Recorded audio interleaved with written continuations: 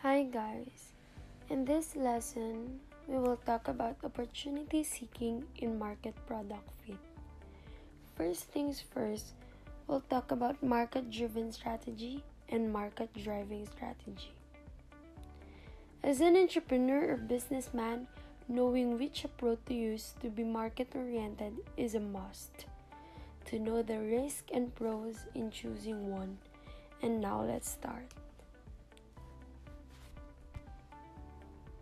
A market-driven strategy refers to a business orientation that is based on understanding and reacting to the preferences and behaviors of players within a given market structure.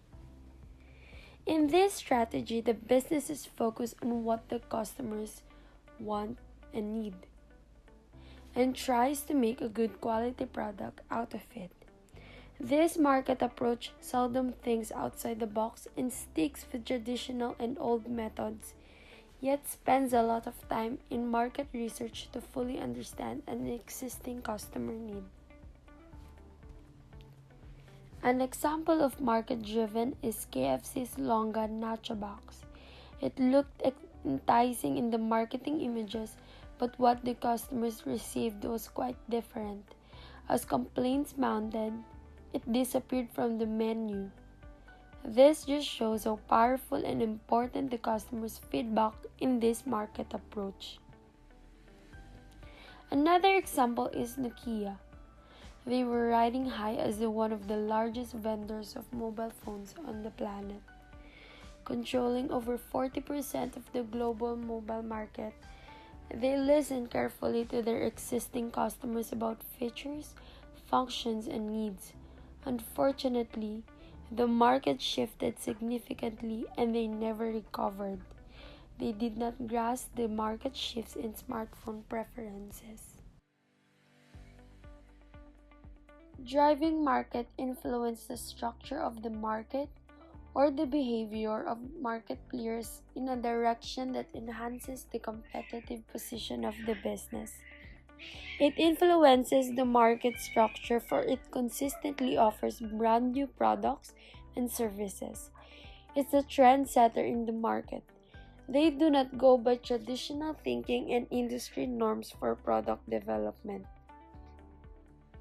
They have new and innovative products that attract customers. This approach gained a competitive advantage. And even though it entails high risk, it offers a firm potential to revolutionize an industry and reap vast rewards. An example of market-driving firms is Starbucks and Amazon.com. They are demonstrating how business model innovation results in sustainable advantage and superior long-term performance in a wide range of industries. In Starbucks, they always offer a new drink in their menu and fit it depending on the season of the year, and this gives the customer a new taste that fits the aura of the season that they love. Amazon.com always has new products to offer, and with its secured website, people turn into this online shopping for it has everything that you'll ever need. So sa other ways to grow, andyan yung mergers and acquisitions and diversification. So sa mergers, merger occurs when two separate companies or entities combine forces to create a new joint organization in which both are equal partners. So in short, partnership siya or pagsasama ng dalawang company para makabuo ng bagong business. While yung acquisitions refers to the purchase of one entity by another entity. Dito walang nabubuong bagong company or business unlike sa merger. Yung acquired company is consumed by the company na bumili nito. So diversification, the reason to diversify is to lower the risk. Makakatulong yung diversification na i-balance yung loss mo sa isang investment by gaining from your other investments. Example nito yung sa San Miguel Corporation. Pinalawak na lang yung sakop ng business nila which is originally food and beverage by entering other industries. Isa dito is yung oil refining which is kilala as Petron. Need for inclusiveness. So when we're talking about inclusion, it is where you'll empower people to be their individual selves and to reach the full potential of how they can individually influence the organization. So pag may inclusiveness sa isang company or organization, makakatulong to para mapalabas yung best ng mga taong involved dito at yun ay later on mag-lead sa growth ng organization mo. Example dito is yung rent-to-own scheme ng taxi company para sa mga taxi drivers nila. Sa pamamagitan nun, may ensure ng company na aalagaan ng mga taxi drivers nila yung taxi vehicle at yung service nila sa kanilang trabaho. Opportunity seeking process. This is the outgoing process of considering, evaluating, and pursuing market-based activities that are believed to be advantageous for the firm. Opportunity seeking process consists of three components: ideation, discovery, and incubation. Under ideation, this is where the user analyzes the problem, find different ideas for the problem, and search different topics for them to solve a certain problem that is being identified. In discovery, this is where they test the assumptions, wherein the problem itself will be researched by the user. In incubation, this is where the user concludes its problem through different types of products, probably product making, product building, or either finding the conclusion of the analyzed problem due to the discovery. These three processes will be shown later in the next slides itself with detailed explanation. Just for you to be reminded, ideation is where you would identify the problem in the marketplace or problem of the consumers. To successfully perform ideation, there is a given process that is needed to be performed. Each process will have an example from a group of researchers. The first thing to do is to recognize a potential market. Potential market is a group of consumers that shows some level of interest in a market offer. It includes all of the people that are not buying from you today but could potentially become customers. Example is people who uses bicycles and power banks. After recognizing the potential market, you will now analyze the market need and customer requirements. This is where you'll find out what your potential market needs and wants in a product for them to be satisfied. Example, power banks are convenient to those people who always use their gadgets. The pinpoint that prevents people from buying power banks is where you also need to charge the power bank before using it. On the other hand, bicycles are not very popular because of the environment we're living in. After analyzing those things, you can already identify your target market. Target market are those people who will most likely buy your product.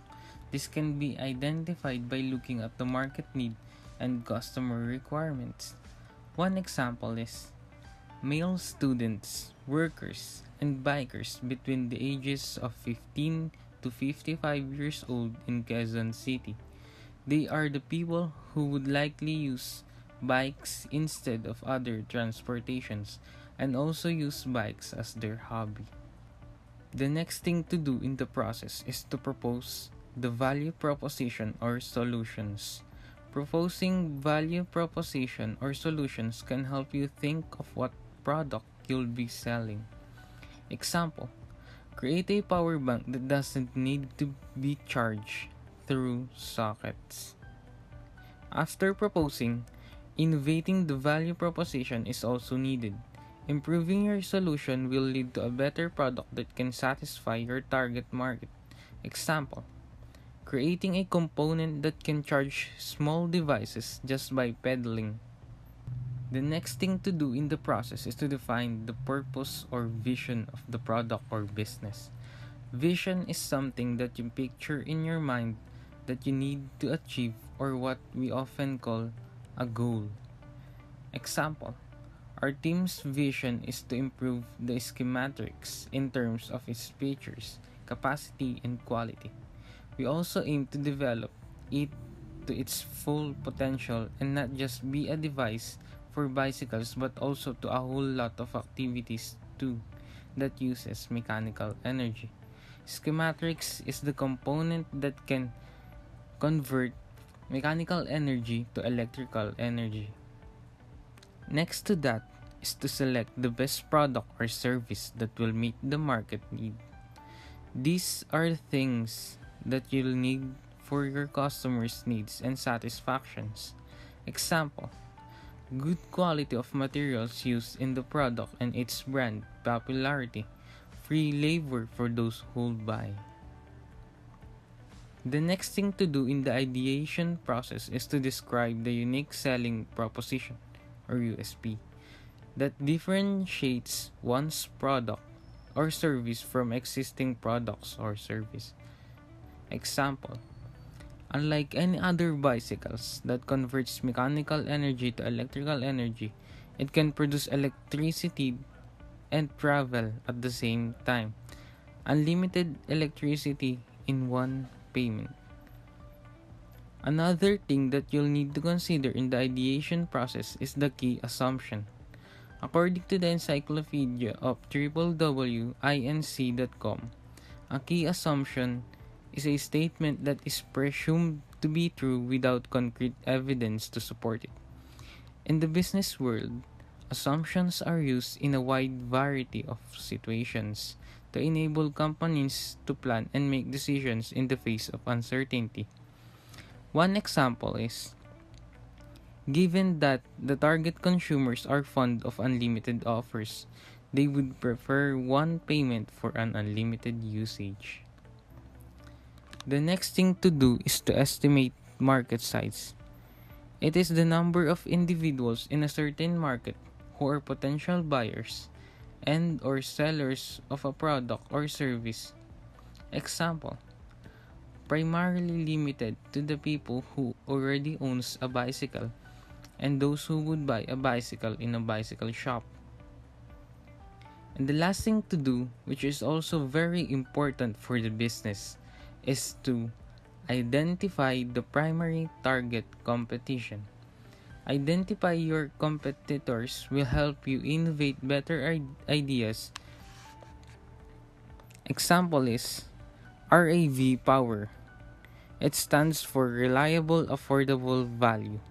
They specialize in external battery, portable charger, power banks, USB charger, wall charger, car charger, wireless charger, and solar charger.